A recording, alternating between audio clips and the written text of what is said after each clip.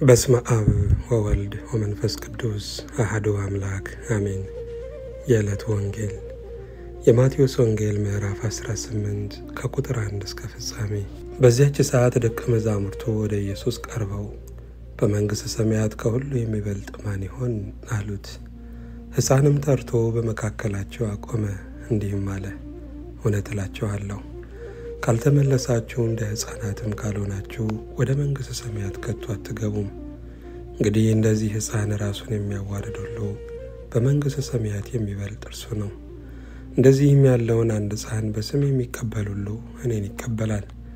በእኔም ከሚያምኑ ከእነዚህ ከተናናሾቹ አንዱን የሚያሰናክል ሁሉ የወፍጮ ድንጋይ በአንገቱ ታስሮ ወደ ጥልቅ ባሕር መስጠም ይሻለው ነበር። ወዮ ለዓለም ስለ ማሰናከያ ሳይመጣ አይቀርምና፣ ነገር ግን በእርሱ ጠንቅ ማሰናከያ ለሚመጣበት ለዚያ ሰው ወዮለት። እጅ ወይም እግር ብታሰናክልህ ቆርጠህ ካንተ ጣላት። 2 እጅ ወይም 2 እግር ኖሮ ወደ ዘላለም እሳት ከምትጣል ይልቅ አንካሳ ወይም ጉንድሽ ሆነ ወደ ሕይወት መግባት ይሻልሃል። ዓይን ብታሰናክልህ አውጥተህ ካንተ ጣላት። 2 ዓይን ኖሮ ወደ ገሃነመ እሳት ከምትጣል ይልቅ አንዲት ዓይን ኖራ ወደ ሕይወት መግባት ይሻልሃል። ከእነዚህ ከተናናሾቹ አንዱን እንዳትነኩ ተጠንቀቁ። መላእክቶቻቸው በሰማያት ዘወትር በሰማያት ያለውን የአባቴን ፊት ያያሉ እላችኋለሁና። የሰው ልጅ የጠፋውን ለማዳን መጥቷልና። ምን ይመስላችኋል? ለአንድ ሰው 100 በጎች ቢኖሩት ከእነርሱም አንዱ ቢባዝን 99ኙን በተራራ ትቶ ሄዶም የባዘነውን አይፈልግምን? ቢያገኘውም እውነት እላችኋለሁ ካልባዘኑቱ ከ99ኙ ይልቅ በእርሱ ደስ ይለዋል። እንደዚሁ ከእነዚህ ከተናናሾቹ አንዱ እንዲጠፋ በሰማያት ያለው አባታችሁ ፈቃድ አይደለም። ወንድምህም ቢበድልህ ሄደህ አንተና እርሱ ብቻችሁን ሆናችሁ ውቀሰው። ቢሰማ ወንድምህን ገንዘብ አደረግከው። ባይሰማ ግን በ2 ወይም በ3 ምስክር አፍ ነገር ሁሉ እንዲጸና ዳግመኛ 1 ወይም 2 ካንተ ጋር ውሰድ። እነርሱንም ባይሰማ ለቤተ ክርስቲያን ነገራት። ደግሞም ቤተ ክርስቲያንን ባይሰማት እንደ አረመኔና እንደ ቀራጭ ይሆንልህ። እውነት እላችኋለሁ በምድር የምታስሩት ሁሉ በሰማይ የታሰረ ይሆናል፣ በምድርም የምትፈቱት ሁሉ በሰማይ የተፈታ ይሆናል። ደግሞ እላችኋለሁ ከእናንተ 2 በምድር በማናቸውም በሚለምኑት ነገር ሁሉ ቢስማሙ በሰማያት ካለው ከአባቴ ዘንድ ይደረግላቸዋል። 2 ወይም 3 በስሜ በሚሰበሰቡበት በዚያ በመካከላቸው እሆናለሁና። በዚያን ጊዜ ጴጥሮስ ወደ እርሱ ቀርቦ ጌታ ሆይ ወንድሜ ቢበድለኝ ስንት ጊዜ ልተውለት? እስከ 7 ጊዜን አለው። ኢየሱስ እንዲህ አለው፣ እስከ 70 ጊዜ 7 እንጂ እስከ 7 ጊዜ አልልህም። ስለዚህ መንግሥተ ሰማያት ባሮቹን ሊቆጣጠር የወደደን ንጉሥን ትመስላለች። መቆጣጠርን በጀመረ ጊዜ 1000 መክሊት ዕዳ ያለበትን አንድ ሰው ወደ እርሱ አመጡ። የሚከፍለውን ቢያጣ እርሱና ሚስቱ ልጆቹም ያለውም ሁሉ እንዲሸጥና ዕዳው እንዲከፈል ጌታው አዘዘ። ስለዚህ ባሪያው ወድቆ ሰገደለትና ጌታ ሆይ ታገዘኝ፣ ሁሉንም እከፍልሃለሁ አለው። የዚያም ባሪያ ጌታ አዘነለትና ለቀቀው፣ ዕዳውንም ተወለት። ነገር ግን ያ ባሪያ ወጥቶ ከባሮቹ 100 ዲናር ዕዳ ያለበትን አንዱን አገኘና ዕዳህን ክፈለኝ ብሎ ያዘና አነቀው። ስለዚህ ባልንጀራው ባሪያ ወድቆ ታገሰኝ፣ ሁሉንም እከፍልሃለሁ ብሎ ለመነው።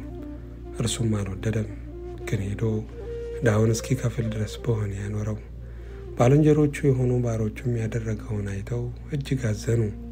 መጥተውም የሆነውን ሁሉ ለጌታቸው ገለጡ። ከዚያ ወዲያ ጌታው ጠርቶ አንተ ክፉ ባሪያ፣ ስለ ለመንከኝ ያንን ዕዳ ሁሉ ተውሁልህ። እኔ እንደማርሁ ባልንጀራ የሆነውን ያንን ባሪያ ልትምረው ለአንተስ አይገባህምን? አለው። ጌታውም ተቆጣና ዕዳውን ሁሉ እስኪከፍለው ድረስ ለሚያሰቃዩት አሳልፎ ሰጠው። ከእናንተ እያንዳንዱ ወንድሙን ከልቡ ይቅር ካላለ እንዲሁ ደግሞ የሰማዩ አባቴ ያደርግባችኋል። ምስጋና እግዚአብሔር ይሁን። ሁለተኛይቱ የሐዋርያው የቅዱስ ጳውሎስ መልእክት ወደ ቆሮንቶስ ሰዎች ምዕራፍ 4 ከቁጥር 7 እስከ ፍጻሜ። ነገር ግን የኃይሉ ታላቅነት ከእግዚአብሔር እንጂ ከእኛ እንዳይሆን ይህ መዝገብ በሸክላ ዕቃ ውስጥም አለን። በሁሉ እንገፋለን እንጂ አንጨነቅም፣ እናመነታለን እንጂ ተስፋ አንቆርጥም። እንሰደዳለን እንጂ አንጣልም። እንወድቃለን እንጂ አንጠፋም። የኢየሱስ ሕይወት ደግሞ በሥጋችን ይገለጽ ዘንድ ሁልጊዜ የኢየሱስን መሞት በሥጋችን ተሸክመን እንዞራለን። የኢየሱስ ሕይወት ደግሞ በሚሞት ሥጋችን ይገለጽ ዘንድ እኛ ሕያዋን የሆንን ከኢየሱስ የተነሳ ዘወትር ለሞት አልፈን እንሰጣለንና፣ ስለዚህ ሞቱ በእኛ ሕይወቱን በእናንተ ይሠራል። ነገር ግን አመንሁ ስለዚህ ተናገርኩ ተብሎ እንደተጻፈ ያው አንዱ የእምነት መንፈስ ስላለን እኛ ደግሞ እናምናለን፣ ስለዚህም እንናገራለን። ጌታን ኢየሱስን ያስነሳው እኛን ደግሞ ከኢየሱስ ጋር እንዲያስነሳን ከእናንተም ጋር እንዲያቀርበን እናውቃለንና፣ በብዙዎች በኩል የተትረፈረፈው ጸጋ ለእግዚአብሔር ክብር ምስጋናን ያበዛ ዘንድ ሁሉ ስለ እናንተ ነውና። ስለዚህም አንታክትም። ነገር ግን የውጭው ሰውነታችን ቢጠፋ እንኳ የውስጡ ሰውነታችን ዕለት ዕለት ይታደሳል። የማይታየውን እንጂ የሚታየውንም ባንመለከት ቀላል የሆነ የጊዜው መከራችን የክብርን የዘላለም ብዛትም ከሁሉ መጠን ይልቅ ያደርጋልና። የሚታየው የጊዜው ነውና የማይታየው ግን የዘላለም ነው። ምስጋና ለእግዚአብሔር ይሁን። መጀመሪያይቱ የሐዋርያው የቅዱስ ጴጥሮስ መልእክት ምዕራፍ 4 ከቁጥር 12 እስከ ፍጻሜ። ወዳጆች ሆይ በእናንተ መካከል እንደ እሳት ሊፈትናችሁ ስለሚሆነው መከራ ድንቅ ነገር እንደመጣባችሁ አትደነቁ። ነገር ግን ክብሩ ሲገለጥ ደግሞ ሐሴት እያደረጋችሁ ደስ እንዲላችሁ በክርስቶስ መከራ በምትካፈሉበት ልክ ደስ ይበላችሁ። ስለ ክርስቶስ ስም ብትነቀፉ የክብር መንፈስ የእግዚአብሔር መንፈስ በእናንተ ላይ ያርፋልና ብፁዓን ናችሁ።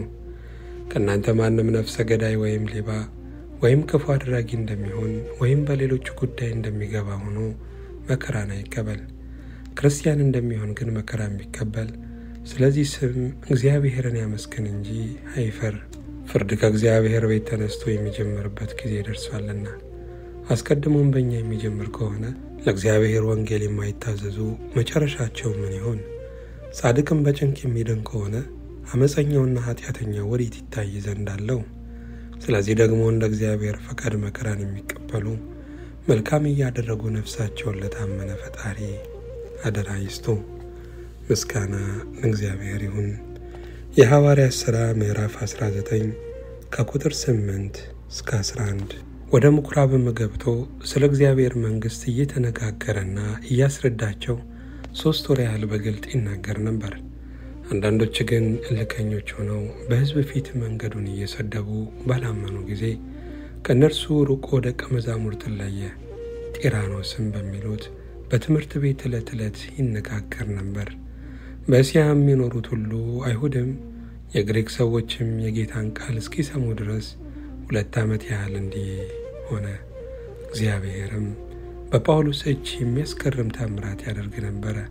ስለዚህ ከአካሉ ጨርቅ ወይም ልብስ ወደ ድውዮች ይወስዱ ነበር፣ ደዌያቸውም ይለቃቸው ነበር። ክፉዎችም መናፍስትም ይወጡ ነበር። ምስጋና ለእግዚአብሔር ይሁን። የማርቆስ ወንጌል ምዕራፍ 13 ከቁጥር 9 እስከ 14። እናንተ ግን ለራሳችሁ ተጠንቀቁ፣ ወደ ሸንጎ አሳልፈው ይሰጧችኋል፣ በምኵራብም ትገረፋላችሁ።